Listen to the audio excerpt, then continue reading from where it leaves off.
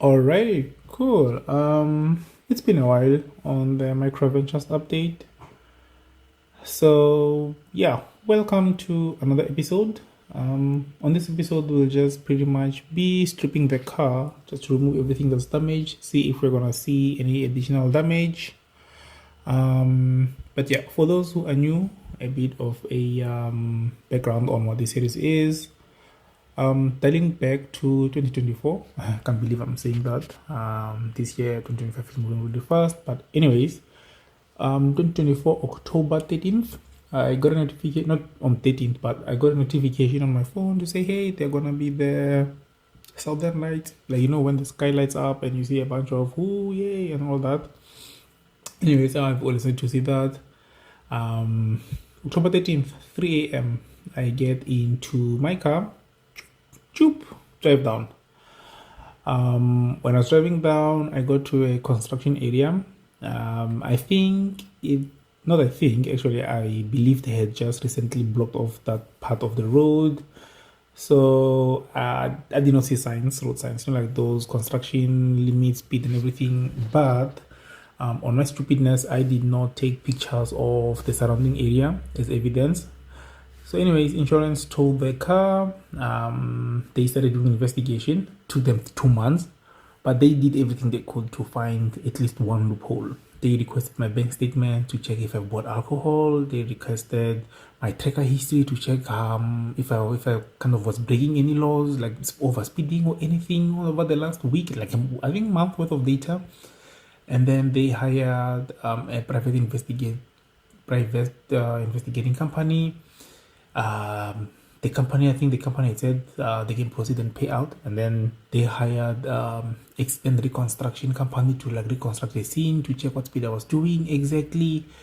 And then they were like, this is a construction site and you were well over the speed limit, because in my head I did not see the construction sign, so I was doing the road speed limit, and that drops down to 40. It was an 80 zone. Yeah, so you can imagine I was doing like 85, 86. So they were like, yeah, you've like doubled the speed, so you're not gonna pay out, or fix your car. You know what? It's been 2 months already. I do not have the mental energy to fight these guys. So I was like, you know what, guys? It's gonna take months even if I fought them. Just bring back my car. So, before I say that, I went to go view it, damage-wise I assessed. I was like, you know what? Bring back my car. I am gonna fix it myself. So this video pretty much is going to be in sections where we do the suspension, drive shafts, shocks, and subframe removal. It's not a how-to video, just kind of give you guys an idea of the amount of work I put into this. But yeah, let's jump over to the suspension part. I actually lost most of my videos because it's been like months. But yeah, whatever I have, let's go through it. So for the suspension, this is what took most of the force. So pretty much everything here was damaged, especially on the passenger side, since that's where it kind of impacted with the mountain, like the side of the road. So for this, I started off by removing the stabilizer links. I actually turned the steering wheel while I was doing this, and it just snapped in half. Imagine the panic when you hear something snap and you're on the inside. So yeah, that just snapped in half. It's really sitting on top of the drive shaft, as like you can see there. But anyways, I just went ahead and removed all those pieces. So from there, I went over and removed the tie rod. So the tie rod holds like your steering wheel to your wheel hub, so you can be able to turn your wheels. And yeah, so from here, like I had to remove everything. The next thing, which was the fun one, was removing the, what's this thing called, the control arms. So the control arms were damaged. If you check on the damage assessment, it's those two black things that look like an L. So I removed those. And what else? A mistake that I made here was I did not actually loosen the drive shafts before that. So I had everything removed, right? I had removed like your brake caliper, which holds like your brake pads. I removed everything. The only thing that was left was this shock here and the brake disc, and then the caliper. Now the issue is there's a bolt on the other side that I had to get to, and what is going to prevent this thing from like shaking around. I had to like reconnect the whole suspension to be able to loosen that. But I had to check off everything suspension wise. and pretty much replace everything. So to remove the drive shaft, I actually called a friend of mine, Pedro. He has a YouTube channel, does car reviews, pretty amazing content. You can find the link in the description. I'll also add a pop-up. But yeah, I removed the drive shaft. It's actually quite heavy for its size. But yeah, this is pretty much how it looks like. It attaches to your gearbox on the side that you can see on the screen now. And then, by the way, that's another mess up I did. Now my driveway is messed up. So when you remove this, gearbox oil is gonna start going out. It's gonna flow out. I kind of knew, but didn't really.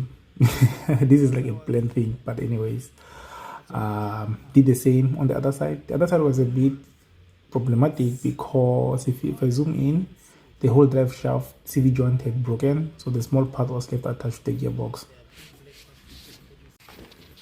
So the next part was removing the shocks, not shocks, just the shock. The one on the driver's side was fine, so I just moved my attention to removing the one on the passenger side. It's a bit annoying to get to, and it uses this sort of double clip hook where you need like an Allen key to prevent your shock from spinning, but then you need a socket. I think it's a size 16 or 17. No, it's an 8. Yeah, God knows. But anyways, you then need that to be able to spin it. So the job itself was simple, but I had to like come up with something like this. I've done this before on my Polo. It's the same setup, but the Polo's one is just out there where that you can actually just use a proper plug. But yeah, I just like put it there. At least the black thing was kind of keeping it in place so that you can spin it. But yeah, that's pretty much how I got to removing this guy. And after the shock was off, the most painful one that I had to do was the subframe. This one was something else. So the subframe one was a lot of work, but someone's misfortune was actually my treasure at this point. I found the Micra that actually rolled, but the subframe was fine. I initially first welded the one I had, but yeah, I didn't really want to drive on a welded subframe. Literally the same week when I was busy welding mine, this Micra popped up. It really saved me. Its front bar was bent, but that actually gets screwed on and off. It is in front of your radiator, so it's actually detachable. I am gonna get a replacement for it, but not that much like disparate. But yeah, if you check, this one's holes are fine. Everything is all right. Like it's fine.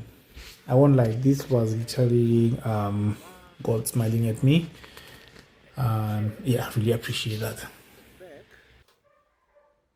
This is fine. So what I then did was to remove my current subframe. That was a bit annoying, but pretty much I just put like 2 jacks, one this side and one on the other side, and then I unbolted the whole subframe from the car, and then I would loosen like one side and then loosen the other side, one side, loosen the other side until it got all the way down. There was some sort of a gearbox mount that I had to deal with. I'll say that's the only thing that caused complications, and also the steering rack because it's attached to the subframe. But apart from that, I actually just put 2 jacks on both sides and then started lowering one side to the other side, one side to the other side.